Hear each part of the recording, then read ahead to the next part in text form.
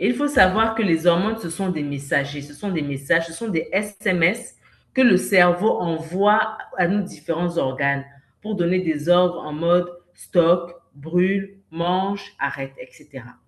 Et quand ces SMS sont déréglés par diverses causes environnementales qui peuvent être liées au manque de sommeil, au stress ou bien à notre mauvaise alimentation, le message dominant va devenir stock au niveau du ventre. Et c'est donc ainsi que avant, donc on a de la fatigue, de la fringale, le ventre gonflé. Mais après, maintenant, les 60 jours, elles ont eu moins de fringales, moins de problèmes d'énergie et tout. Et ça, c'est parce qu'elles ont compris quelque chose. Mon ventre obéit à mes hormones. Et pour cela, donc, il faut juste changer les messages pour que justement le ventre obéisse à des ordres différents. D'accord? Donc, grâce à Métamorphose, elles ont pu rééquilibrer naturellement leurs hormones, notamment avec l'alimentation qui était proposée, mais aussi un meilleur sommeil, une meilleure gestion du stress et aussi une activité physique adaptée.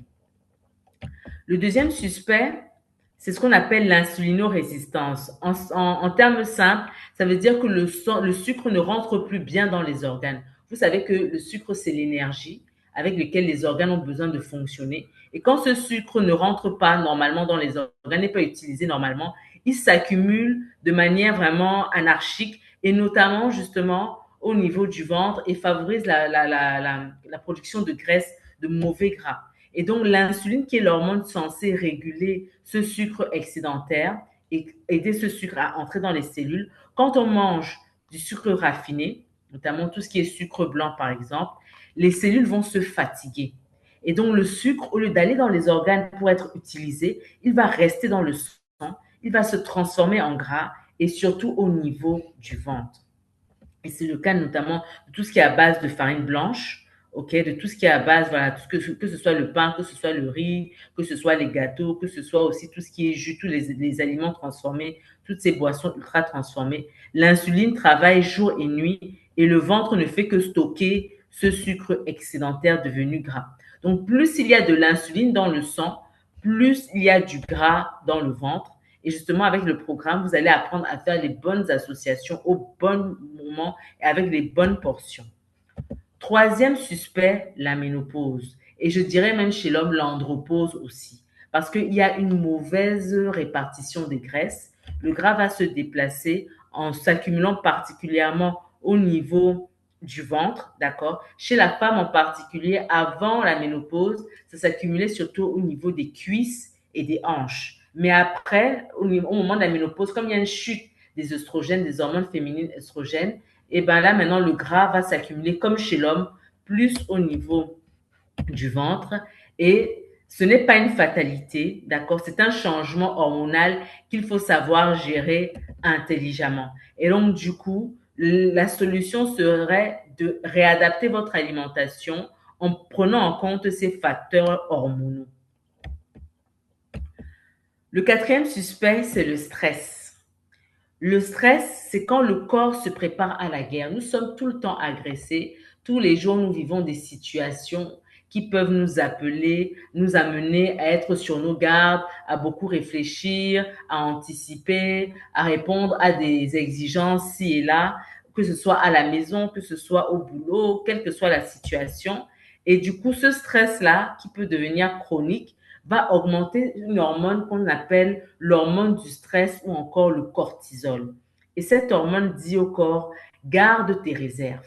Okay? Parce que justement, garde tes réserves au cas où tu en aurais besoin. Donc, le corps est toujours en mode garde à vous. Le corps est toujours prêt à, à répondre en fait à une sollicitation. Et donc, qu'est-ce qu'il doit faire? En obéissant au cortisol, ben, il préserve ces réserves-là. Et du coup, ça va s'accumuler au niveau du ventre.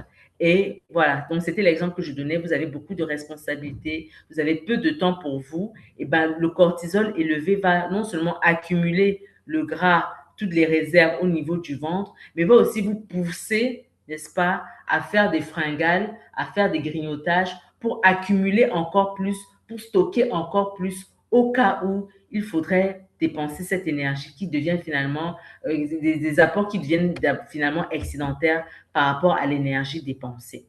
Donc, ça veut dire quoi? Ce que vous devez retenir de ce suspect numéro 4, c'est que tant qu'on ne calme pas le cortisol, le ventre va résister. Donc, tant que vous n'arrivez pas à gérer le stress qui crée le cortisol là, ben, en fait, votre ventre ne va pas partir. Et du coup, dans le programme, on vous apprend une manière de respirer. On a un atelier, en fait, justement, consacré à comment mieux gérer le stress et voilà, sur le plan émotionnel. Alors, le cinquième suspect, c'est ça, c'est le sommeil. Le sommeil qui est censé être un moment réparateur, un moment récupérateur, il est important d'avoir une bonne hygiène du sommeil.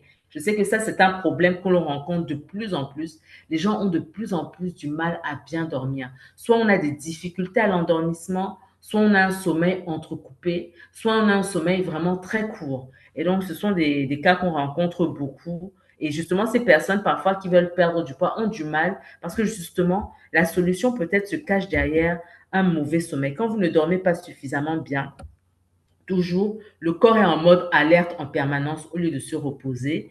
Et du coup, il va produire plus de cortisol. Donc, on a vu que c'était l'hormone du stress, mais aussi plus de gréline, qui est l'hormone de la faim, et moins de leptine, qui est l'hormone de la satiété. Donc, du coup, en fait, quand vous ne dormez pas bien, vous êtes stressé. Et pour essayer de compenser, vous allez avoir envie de grignoter. Donc, ça rejoint le point précédent. Et aussi, vous allez être moins rassasié.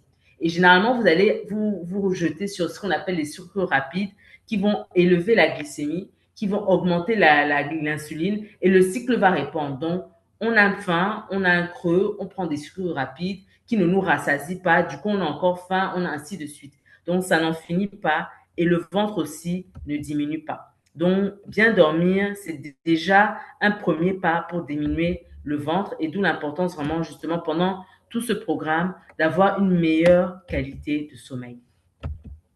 Le suspect numéro 6, peut-être certains s'en doutent déjà, l'inflammation, qui est ce feu invisible dans notre ventre qui va en fait attaquer tous les différents systèmes, tous les différents tissus, que ce soit au niveau cardiaque pour créer les maladies cardiovasculaires, que ce soit au niveau des articulations pour créer tout ce qui est désordre, douleurs articulaires et tout, et même ailleurs, articulation du genou, articulation, n'importe où il y a des articulations, et créer en fait toutes sortes de maladies métaboliques qui sont en plus maintenant associées au stress, associées à une alimentation déséquilibrée.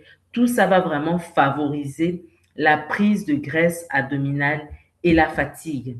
Donc, éteindre l'inflammation, quelle qu'elle soit, quelle qu'en soit l'origine ou sa localisation, c'est aussi libérer votre ventre.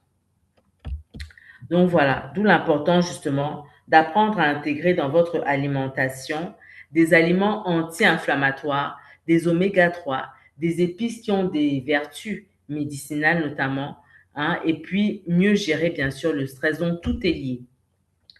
Et le septième suspect, c'est l'alimentation africaine d'aujourd'hui. Déjà, nous avons euh, importer chez nous, n'est-ce pas, des modes de vie du genre le fast-food, la nourriture vraiment rapide, beaucoup de friture, les problèmes cardiovasculaires, les problèmes d'obésité qu'on a aujourd'hui, nos grands-parents, nos arrière-grands-parents n'avaient pas ça, d'accord? Et aussi, même nos plats traditionnels, dans certaines situations, nous les avons transformés, nous ne les consommons pas de la même façon que nos aïeux les consommaient. OK? Donc, du coup, ils sont beaucoup plus gras, ils sont beaucoup plus sucrés, avec des matières qui ne sont plus bio, d'accord? Des matières raffinées, avec des quantités aussi importantes. Et tout ça va changer complètement notre écosystème et entraîner justement des problèmes d'obésité abdominale. Et donc, le problème, ce n'est pas la culture, le problème, ce n'est pas nos plats traditionnels, le problème, c'est la manière dont nous les préparons aujourd'hui. Et donc, il est question de réadapter, en fait, de faire des bonnes cuissons avec certains ingrédients, avec des bonnes portions et les accompagnements aussi dans des proportions raisonnables, supportables en fonction de notre métabolisme. Et enfin, le huitième suspect, le suspect numéro 8, que sont le grignotage, les boissons sucrées et j'ajouterais l'alcool. Et tout ça, ce sont les saboteurs discrets. En effet, parce que très souvent, on les consomme sans s'en rendre compte dans des moments voilà, de jovialité ou de dépression, ça dépend. Et on ne s'arrête pas de les consommer, on les prend un après l'autre sans imaginer que voilà, peut-être on a avalé l'équivalent de 10 morceaux de sucre sans s'en rendre compte, que ce soit les biscuits, que ce soit les friandises, les sodas, les boissons, etc. Tout ça, ça favorise, bien sûr, on l'a vu, l'insuline qui s'accumule dans le sang. Et quand l'insuline augmente dans le sang, et ben, du coup, le ventre grossit davantage. Donc, ballonnement, voilà, inflammation, etc. Et ça ne diminue surtout pas. Donc, ce que vous buvez peut être parfois pire que ce que vous mangez. Voilà, certains vont dire, oui, moi, je ne mange pas vraiment trop gras. On rencontre beaucoup ça en consultation. Je ne mange pas trop ceci. Je ne prends pas, je ne grignote pas. Mais voilà, vous buvez que des jus gazeux. D'accord? Vous ne buvez pas tellement d'eau. Et rien que ça peut expliquer le ventre qui ne diminue pas. Et donc, il est important, donc, à travers le programme, on vous apprend à vous hydrater correctement et à éviter le grignotage avec des repas rassasiants.